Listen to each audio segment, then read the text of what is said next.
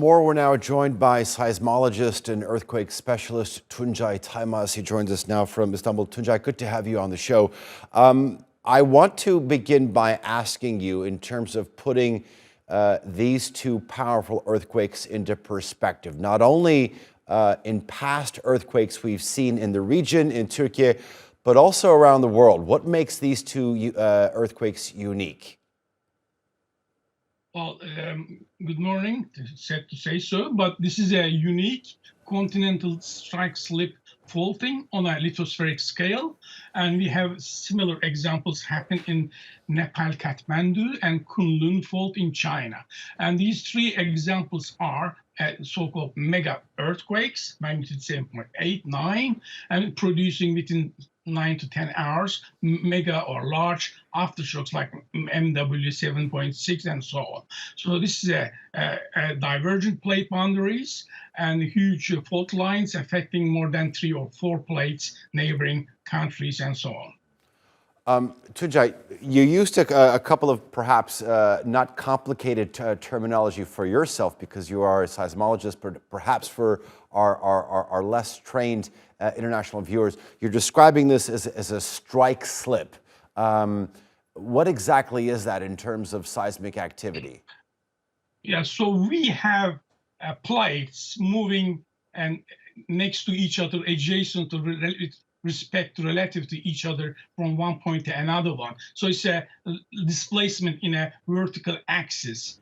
And so it transfers stress and strain and dislocation from one point to another one on large distances and causing large earthquakes, like in San Andreas faults in United States, or Kunlun fault or Altıntaş fault in China, and so on. There are large examples in the world, and this is as far as Anatolia or Turkey is concerned, this is the largest ever instrumentally recorded and damage to at least 10 or more cities and surrounding countries in Turkey since 1939 Erzincan earthquake. That was also 7.9 and 8 magnitude earthquake. So this is providing to the scientists, seismologists, geologists, a plentiful, useful, beautiful data sets. Of course, this is a scientific fantasy to get decent data from ground or from space geodesy to study it extensively.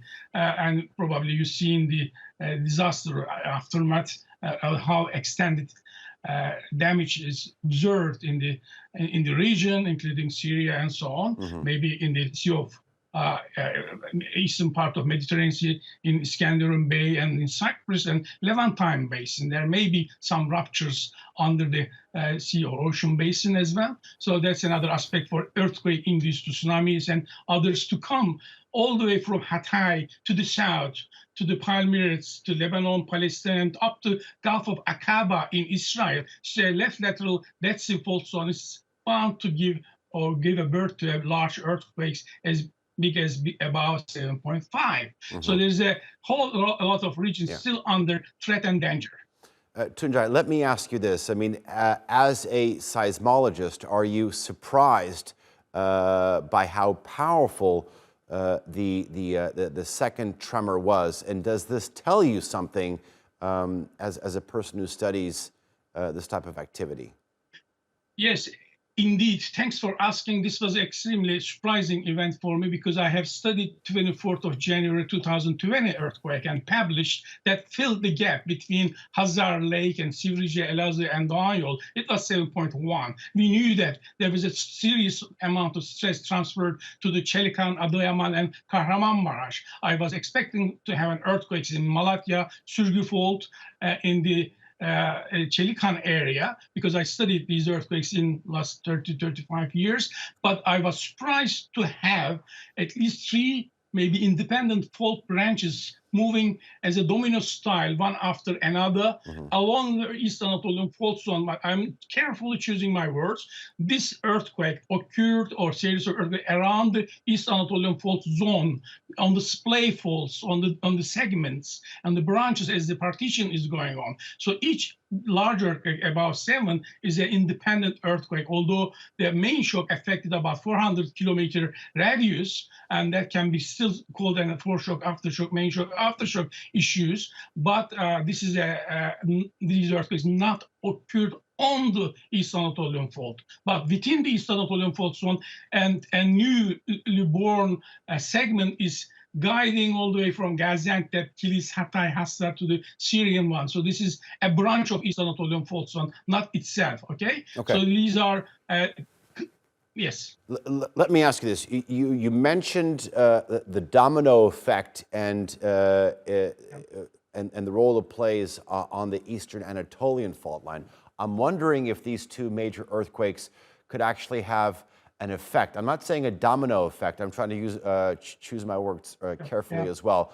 Could it have an effect in terms of creating additional seismic activity in other fault lines that happen to be in Anatolia? Let's say the northern Anatolian fault line, in which Istanbul and the surrounding region lays very close to. Okay, I'm afraid yes, for East Anatolian Fault Zone, where the earthquake ended around Sürgü Fault, Göksun, Kahramanmaraş, Kozan, Adana, Osmani, Hatay area. There are places stress is transferred. There will be future earthquakes as high as magnitude 7 or above, but we cannot assume or suggest that huge stress is transferred to the North Anatolian Fault all the way to the Istanbul or beyond Istanbul to the Gulf of Saros in the northern Aegean Sea. It's a huge, over 1,500 kilometer long. This is certainly impossible. Within 500 kilometer radius from the epicenter of the Gaziantep Nurdal earthquake, we can assume there are triggered, or there may be stress transfer earthquakes in the future, because we will have aftershocks at least a year or more. In 1999 Gölcük earthquakes, we had a magnitude 7.4. And then 3 months later, we had the same magnitude 7.2 in Düzce, and that even series lasted over 8 months of aftershocks. This is a huge earthquake, 3 times larger than 99 earthquake, and as far as the seismic moments and the energy is concerned, this is devastating in the global scale. Of course, it's not as mega thrust earthquakes like in Banda Aceh, Sumatra, Tohoku in Japan, or Queen Charlotte Islands in Alaska, or Vancouver, or Chilean subduction zone of Peru. These are different stories. But on the continental scale, in the lithospheric scale, like in San Andreas Fault or Kunlun Fault in China, and analogies of North Anatolian Fault and East Anatolian Fault earthquakes are comparable. Okay, Tuncay, I want you to hold on for. Okay, all right, let's go back to Tuncay. I'm sorry, we're just getting news of another baby that's been rescued after 53 hours. We're going to play that video for you. As soon as that comes, we'll come back to you. But Tuncay, you were making comparisons to the Marmara earthquake in 1999, the Gölcük earthquake. And you're saying that this is 3 times as powerful. Obviously, I think you're comparing the 7.4 to the 7.8 one in terms of the magnitude on the Richter scale. Talk to us about the length or the size of the fault lines, because I believe the one in the Gölcük earthquake, the one that happened in 1999, just on the outskirts of Istanbul, where about 18,000 people lost their lives. That's a particularly short fault line, about maybe 20 or 30 kilometers. Earlier in the day, we were talking to our reporter in Kahramanmaraş, and Mutalip Erdoğan is actually showing what he believed was the fault line, and it stretched as far as the eye could see. So we're talking about 100 or 150 kilometers plus fault line. Does this sort of come into play in terms of the amount of energy that is released in a seismic activity like this?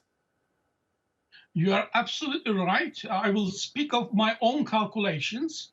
I've been doing the inversion for seismological source parameters for this earthquake, and I calculated magnitude in Richter scale 7.98 for the current earthquake. And that's about 300 kilometer long and 50 kilometer in width. and the earthquake occurred at about 10 to 12 kilometer focal depth on the centroid beyond the surface. So it's a hypocenter. So this is huge. When we compare to the 1999 Gölcük earthquake, that was about 143 kilometer fault rupture and 7.4 event. And this has much larger area as far as seismic moment is concerned. And I'm sorry to say so that this has been easy escape. So I would expect even more damage if it happened in a densely populated areas as far as the death toll is concerned. So in the Sea of Marmara region, within the Sea of Marmara branches of the North Anatolian Fault, we do not have a single fault as large as 300 kilometers long to give a birth to such earthquake in Marmara region. But over there too, we have earthquakes about 7.45, but not certainly above 7.7. So this is a good news, and the North Anatolian Fault goes within the sea, not going through the major populated areas in Istanbul and surrounding areas. But even this makes it very difficult to tackle in the field, of course, search and rescue, a helping hand, food, shelter, and forming a life for those in the laymen in the streets, and to survive for the rest of their family, for the rest of their life. These are all humanitarian help, should be done. NGOs, government, central authorities are doing their best. But as far as the scientific aspect is concerned, there are bits that we are missing. For instance, we should have installed temporary seismic networks to record aftershocks for over a year or maybe 2 years, and to get the clear story. In fact, tonight I'm going to have a meeting with USGS NIS seismologists from Denver. I hope international scientific agencies can help us, but this should be done by AFAD or Kandilli or TÜBİTAK or Mineral Research Institute in MTA in Ankara. So there are bits are still missing, and it's the rural areas, in mountainous areas, winter conditions hard and harsh, and so we have to well organized, but I am doing my best setting up international cooperation using space geodesy and data from NASA or ESA and so on. So these are maybe scientific fantasies, but we will learn a lot, and this will be probably the largest ever earthquake I will witness throughout in my lifetime in Turkey or else that I will be directly involved. Tuncay Taymaz, would like to have you back after you have that conversation with the USGA to talk more about these two devastating earthquakes, the worst disaster in almost a century that has impacted 10 provinces and affected the lives of more than 13.5 million people. Thank you very much for joining us here on our continuing coverage. We hope to have you back soon. Thank you much.